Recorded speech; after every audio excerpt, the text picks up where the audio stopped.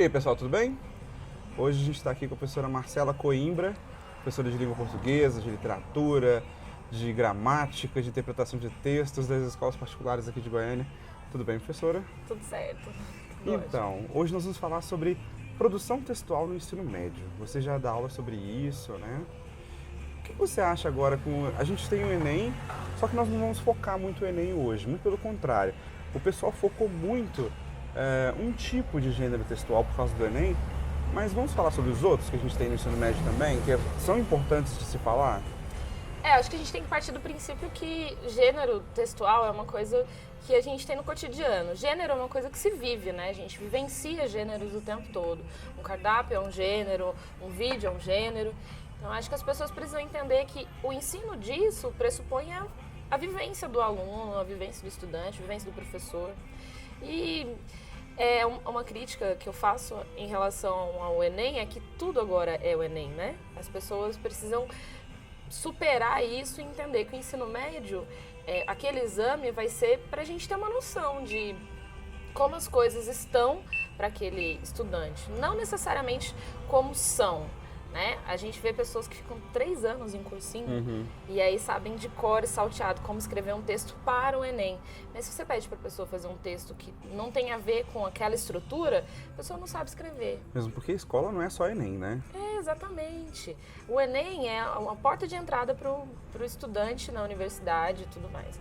Agora, a gente precisa superar a ideia de que as escolas, a gente está ensinando o aluno para passar no vestibular. Eu acho que esse é o erro primordial. Hoje, muitas escolas pensam desde o primeiro ano, Enem, Enem, Enem, Enem, e aí quando a gente vê o estudante que entra na universidade, ele ainda é um estudante de ensino médio. Ele não entendeu como funciona aquilo, né? Inclusive, existem várias críticas, até a questão da maturidade do aluno que entra na faculdade, né? Porque o estudante, ele tá sempre acostumado com a ideia de que vai ter alguém que vai vigiar a entrada dele, de que ele não pode fazer barulho, de que ele não pode dar opinião, de que ele não pode discordar. Aí ele entra na universidade, que é um mundo totalmente diferente, que ele vai discordar, que ele vai pensar em coisas que não estavam ali e ele não consegue, né? Ele tá imaturo, ele ainda acha que que ele não pode sair da sala de aula. Conversando com alguns professores que já foram meus professores na universidade, uma professora especial, a Yane, e ela falava que quando ela estava dando aula na universidade, ela percebia quanto os estudantes que entravam lá eram alunos, né? Eram pessoas que esperavam coisas muito fechadas, redondinhas, prontas. E a universidade é assim, olha, esse aqui o mundo é seu, vai buscar, né? Ah, interessante. E uma coisa interessante também é porque mudou um pouco a conversa de um tempo para cá, principalmente nessa questão de gêneros textuais. Porque a gente tinha aquela coisa engessada da carta argumentativa, da narração e da dissertação como tipologias textuais únicas, né? Mas de um tempo para cá nós já vimos umas discussões diferentes sobre isso, né? Acredito que o ensino médio, ele precisa rever a forma de ensino. Assim, os professores precisam rever, as escolas precisam rever o que estão cobrando dos professores, né? Porque o professor ainda fica engessado naquilo que a escola pede. Até porque ele precisa salvar o emprego. Verdade. E a escola ainda pede algumas coisas numa estrutura muito arcaica, né? Se a gente lê o PCN, por exemplo, se a gente lê a LDB, a gente fica assim maravilhado. E quando você tenta implantar o ensino de gênero textual numa outra perspectiva, algumas escolas até pensam, não, tem que apresentar resultado, né? Cadê a prova? Cadê aquele texto produzido? E às vezes você precisa passar um vídeo e discutir com os alunos em sala de aula. Acho que essa discussão em alguns momentos ela é muito mais válida do que uma redação mal feita para entregar na hora de entrar na escola. E ainda existem algumas escolas que criticam até a posição do professor um pouco mais alternativo, né? Que procuram outras formas de ensinar. Eu acho que alternativa é uma palavra que não cabe dentro da escola tradicional. O professor precisa buscar alternativas. Ele ficar só no livro, fazer só aquelas leituras, eu acho que isso não está de acordo com a geração que a gente vê aí, né? A gente vê as crianças que já nascem no celular, tem 1 ano e meio e já está assim, a gente não consegue entender. Eu sou da época que criança não tinha telefone. Nossa. Eu fui ter telefone quando eu, sei lá, adolescente, 16, 17 anos. Então, hoje não, criança de 5 anos, 6 anos, o pai já dá um telefone e a gente precisa respeitar isso, assim. Respeitar no sentido de tentar entender essa criança ou esse adolescente. E eu acho que uma coisa que a gente tem que é a internet. A internet em sala de aula é fundamental. Em uma das escolas que eu trabalho eu dando aula o tempo todo e aí eu falo, por exemplo, eu queria falar sobre mini-conto, mas eu não lembro de um mini-conto agora. Não, professor, eu procurei aqui no meu celular e vai e cita um mini-conto. Então a aula fica muito mais saudável, sabe? A troca é muito maior. E eu tenho lido alguns livros didáticos que até vêm falando sobre novos estudos sobre gêneros textuais. Até comentário de Facebook hoje em dia é um gênero textual, né? Sim. Que é estudado em sala de aula. Mas com certeza, onde que os adultos, os adolescentes, as crianças estão? Na internet, né? A gente precisa pensar sobre isso também. E eu acho que também a internet, ela, de uma maneira bem feita, assim, o uso dela bem feito é fantástico, né? Assim, é mais ou menos o exemplo que eu cito da Deep Web. Na Deep Web a gente encontra coisas horrorosas do lado podre da humanidade, que assim, em alguns momentos eu deixo de acreditar na humanidade quando eu leio coisas sobre isso, mas lá você tem sempre na Deep Web você só acessa aquilo que você procura. Então se você procura livros que você não encontra na plataforma normal, na internet que a gente conhece normal, você encontra lá. Mas se você quiser alguma coisa ruim, você vai encontrar uma coisa ruim. Verdade. Então, o uso da internet, ele tem que ser ensinado também em sala de aula. Então, o respeito que você tem que ter pelo professor e não entrar no Facebook em sala de aula, vai da conversa de vocês. Se o professor deixar também... Né? Nós temos que educar os nossos alunos para isso, né? Nós temos que ensinar, né? Eu tenho muito receio desse lugar da educação, porque me lembra muitas das crianças que não têm educação. Não é educação escolar, de não conseguir escrever, de não conseguir falar, é de não ter respeito com o próximo. Costumo dizer que os meus alunos que não respeitam a fala do professor, que não respeitam o colega, são as pessoas que não respeitam a lei de trânsito, por exemplo.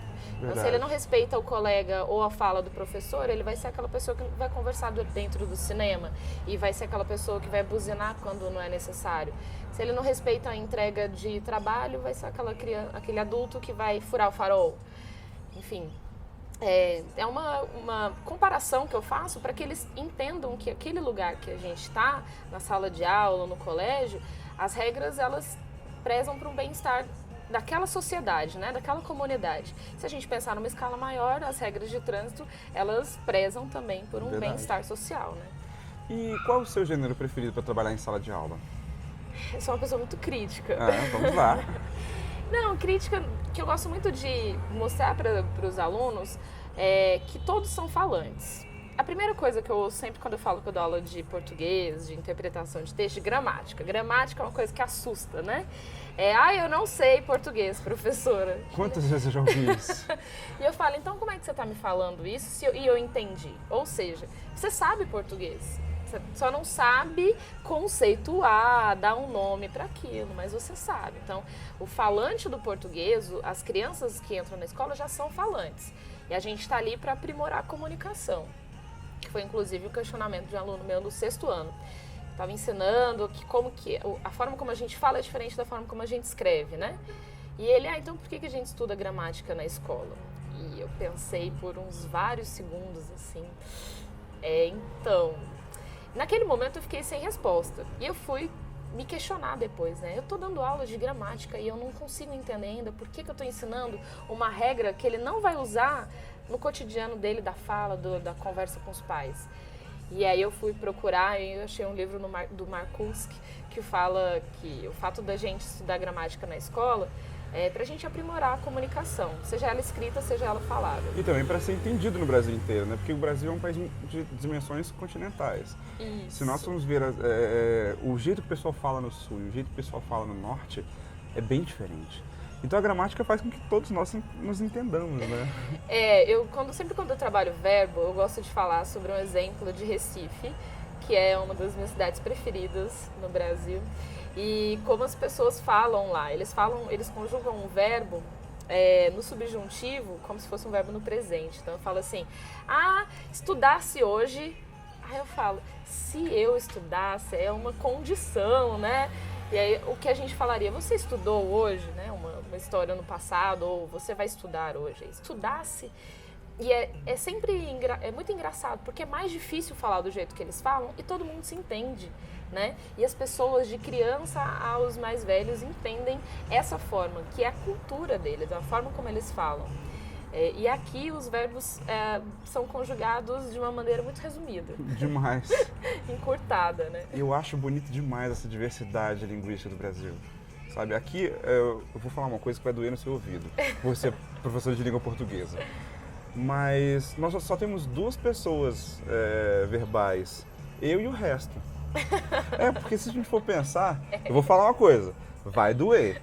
Mas, por exemplo, o normal, eu trabalho, tu trabalhas, ele trabalha, blá blá blá. Agora, aqui a gente ouve só duas pessoas.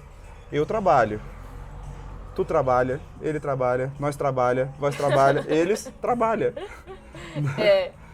Hoje a gente ouve e tá feio. Quem sabe amanhã isso não fica correto, assim como no inglês. Mas aí a gente vai chegar num questionamento. O que é correto? Como é que eu vou falar pra minha avó que fala humilde que ela tá errada? Né? Não tem... Eu acho que a gramática normativa, ela tá ali pra gente ter como referência. Claro. Mas eu acho que as variantes que a gente tem no português, elas são fantásticas. Todos os dias eu aprendo alguma coisa. Aprendi na faculdade o que era não quer dito. Eu não sou daqui, né? Sou de São Paulo. Eu tinha que fazer um trabalho de sociolinguística e alguém apresentando o não quer dito e eu pensei, que é isso, gente? E a professora, eu não quer dito, que você não sabe que eu não quer dito. E eu continuo não sabendo. Aprendi, né, que o não quer dito, um esturdia, são coisas muito... Esturdia é fantástico. São coisas do cotidiano. Mas a minha variante daqui, assim, a palavra que eu mais gosto é rensga. O rensga é maravilhoso. Insubstituível. O negociar também é um verbo muito forte aqui. E trem é versátil. Você pode usar trem em qualquer coisa. Trem serve para tudo que é trem. Exatamente. Eu também vi essas diferenças. Eu sou do Rio. Eu vi essas diferenças quando eu vim pra cá, principalmente na questão de alguns substantivos, nomes de algumas comidas, principalmente. Por exemplo, quando me ofereceram o tal do mané pelado, é claro que eu não quis, sabe? Esse nome. Aí depois me falaram, não, mané pelado é um bolo de mandioca. Eu, tá, e o que é mandioca? De lá é aipim, né? Ah, não, é o bolo de aipim. Gente, eu adoro bolo de aipim, mas eu não sabia o que era, então eu não acabei não comendo. Mas... Eu também cheguei aqui, a minha tia falou, pega um tamborete lá na cozinha, e eu pensei, olhei assim, isso não tem cara de tamborete, isso não tem cara de tamborete, o que é um tamborete? Aí a minha tia chega, é um banquinho, menina! E aí eu pensei, nossa, banquinho é muito mais fácil que tamborete, nunca mais esqueci. E você falou que você gosta muito de gêneros críticos em sala de aula. Então, eu gosto muito... Como é que você divide a sala, como é que você faz? Eu gosto muito de mostrar para o estudante que, na verdade, a diferença de estudante e aluno, né? Que ele está ali enquanto estudante, aquela figura ali, ela precisa apresentar algumas coisas. Então, uns vão ser bons em escrever, outros vão ser bons em falar, outros vão ser bons em organizar e liderar aquele negócio. E eu gosto muito de fazer debate. Acho que debate sobre temas que são, sei lá, muito complexos e, ao mesmo tempo, outros que são muito simples, né? Vamos falar sobre religião. E aí eu separo os grupos e começo a nomear. Olha, vocês vão ser do Greenpeace e vocês vão falar sobre religião. Mas como, professor? Eu falei, não sei. Se vira, descubra como vocês vão relacionar a luta pelo cuidado da natureza e a religião. Quero que vocês se virem. Ou então, eu gosto muito de trabalhar poema também. Amo poema. Eu acho que é uma forma de expressar o que a gente não consegue fazer, às vezes, num texto crítico. Mas aí eu dificulto. Eu falo que eles vão escrever um poema sobre qualquer tema e vão escrever, só que todas as palavras têm que ter só uma vogal. Então, todas as palavras só podem ter A. Isso é difícil, hein? É muito difícil, mas é maravilhoso. Quando você vê o resultado, assim, tem super... assim, são fantásticos. Eu vejo o crescimento deles quando eles conseguem fazer essas coisas. E quando eles tentam, mesmo que eles não consigam, o fato de tentar, de ficar ali, né, pensando, já é uma coisa que me garante um conforto. Aí eu já percebo o sentido da vida, né? Mas é muito difícil. Depois nos tenta pra você ver, fazer um poema. Eu peguei essa ideia do Museu da Língua Portuguesa, assim, né? Falar, tanto que eu estou mal com aquele incêndio. Então, Você viu que o pessoal de Portugal vai mandar dinheiro para ajudar? Não O tinha pessoal de visto. Portugal mandou dinheiro para ajudar a arrumar o museu. Eu achei interessante isso. Que massa. Aí uma ideia, assim, né, que eu tava lendo sobre isso, e é uma organização social que cuida. E a organização social não se responsabilizou pelo incêndio. Você viu isso? Não. E aí eu entro na ideia de organização social e as escolas aqui em Goiás, que é uma coisa que a gente tem enfrentado, né? No cotidiano a gente tá aí, tá vendo um monte de escola ocupada, e com pouco diálogo, né, com o governo. E eu dei aula em algumas ocupações, dei aula não, ministrei oficinas, né, para eles, oficina de poesia, oficina de stencil, e eu percebi o quanto aqueles meninos estão crescendo. Porque a escola não é um lugar que as pessoas sentem como delas. Claro. E o processo de ocupação faz aqueles estudantes se sentirem parte da escola, é impressionante. E são, na E verdade. são, né? E às vezes vão para a escola, como a gente até comentou mais cedo sobre os japoneses que têm uma tendência a cometer o suicídio no primeiro dia de aula, né? Por pavor, medo, ansiedade, daquele processo todo que eles vão enfrentar durante o ano.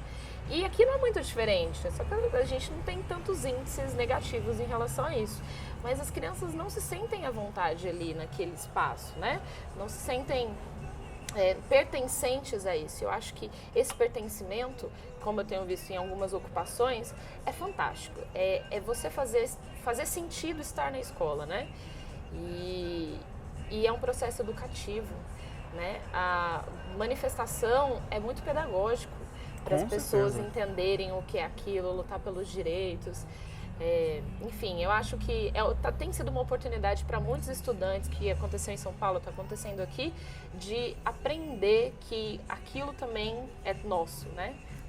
Já que a função do professor não é tornar o aluno autônomo, não é simplesmente passar matéria. As matérias estão nos livros, estão na internet, Agora, o professor ele tem que realmente fazer com que o aluno cresça.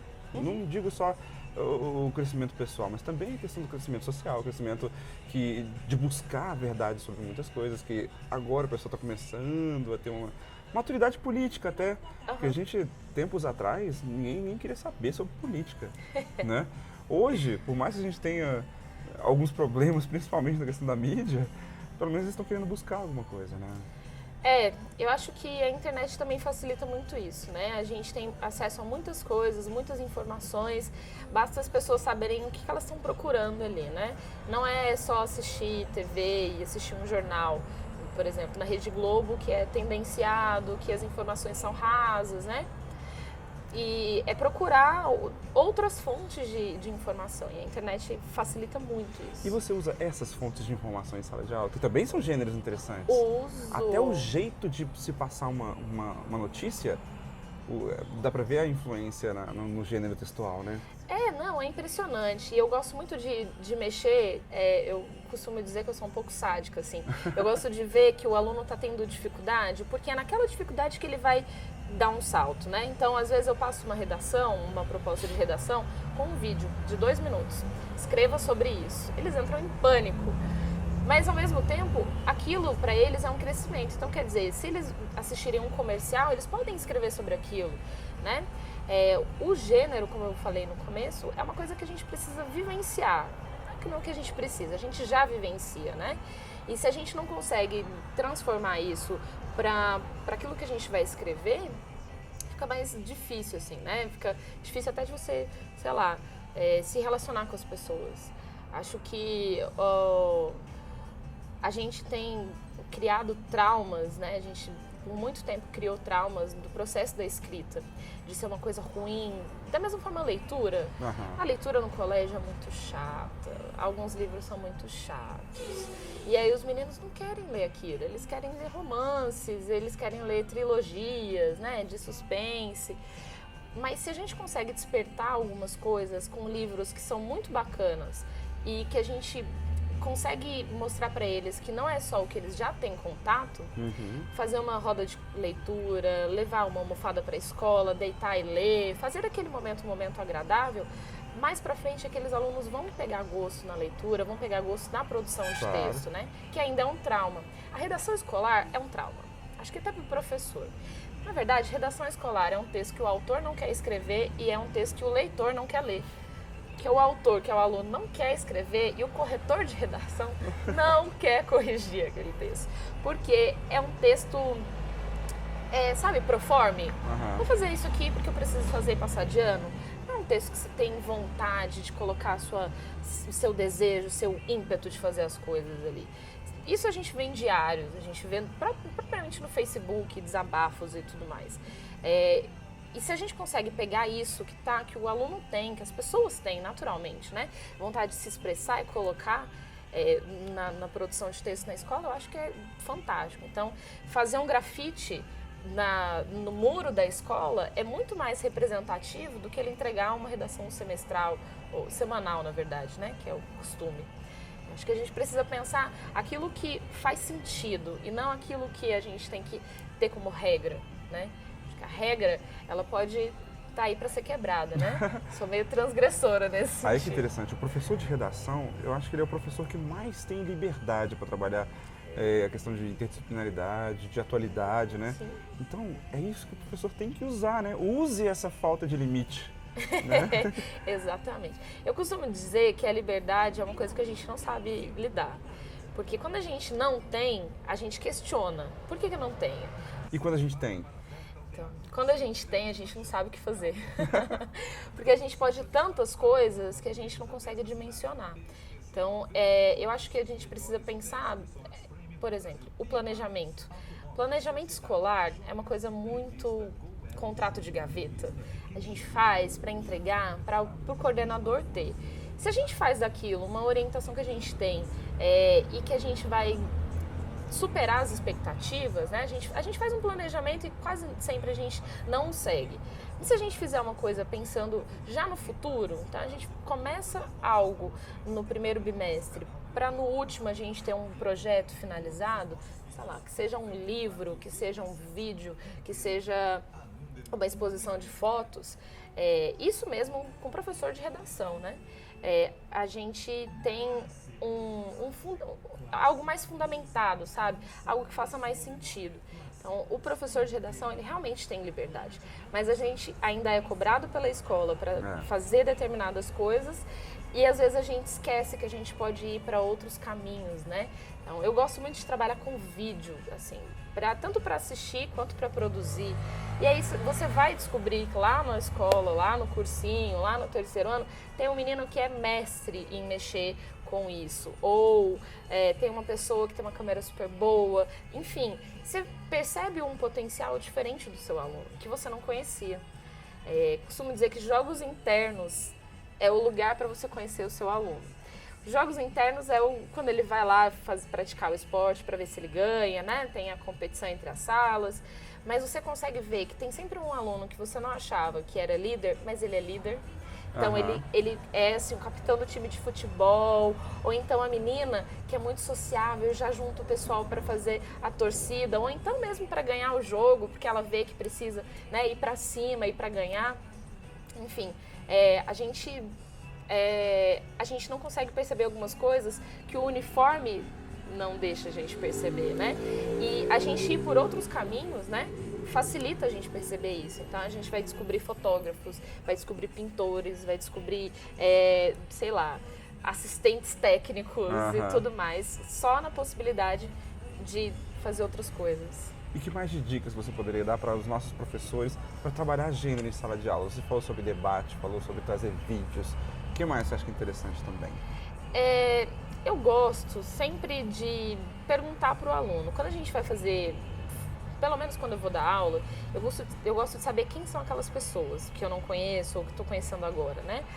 Porque a gente precisa saber o público que a gente está lidando. Então, quando eu vou dar aula em cursinho, por exemplo, que inclusive eu trabalho gênero textual, não só mais para o Enem, texto dissertativo argumentativo, eu trabalho gênero, que eu acho que o aluno que sabe escrever um artigo de opinião, sabe escrever um texto dissertativo argumentativo, Sim. né? Eu gosto de saber o que ele quer fazer. Então, se a metade da sala quer fazer letras, o meu diálogo vai ser muito mais voltado para o diálogo linguístico, né? Muito mais profundo nesse sentido. Mas se metade da sala quer fazer biologia, eu vou ter que procurar elementos na qual a biologia vai contribuir para isso. Então, acho que saber o perfil dos alunos é muito importante. A gente precisa entender para quem que a gente está falando. Acho que a gente não pode, de maneira nenhuma, cercear as ideias. Incentivar o aluno a ir para a escola e fazer aquilo como se fosse a última coisa que ele estivesse fazendo no mundo. Então, não posso entregar um texto agora. Entre não entregar o texto e entregar um texto ruim, eu prefiro que não entregue.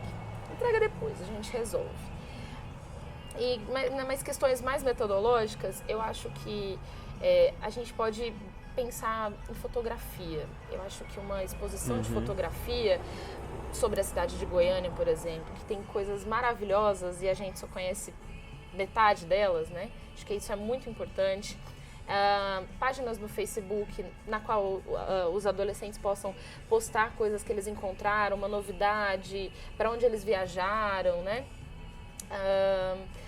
Acho que mexer com a criatividade, fazer um trabalho que a professora de artes ou o professor de artes também contribua, né? Então, tentar misturar com história. O negócio é não ficar naquela coisa muito quadradinha, muito certinha de texto, texto, texto, texto. Acho que a gente tem que dar asas para a imaginação.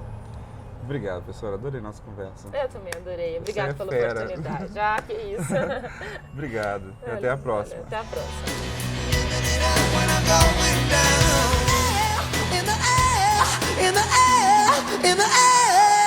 Loving in elevator, living it up when I'm going down.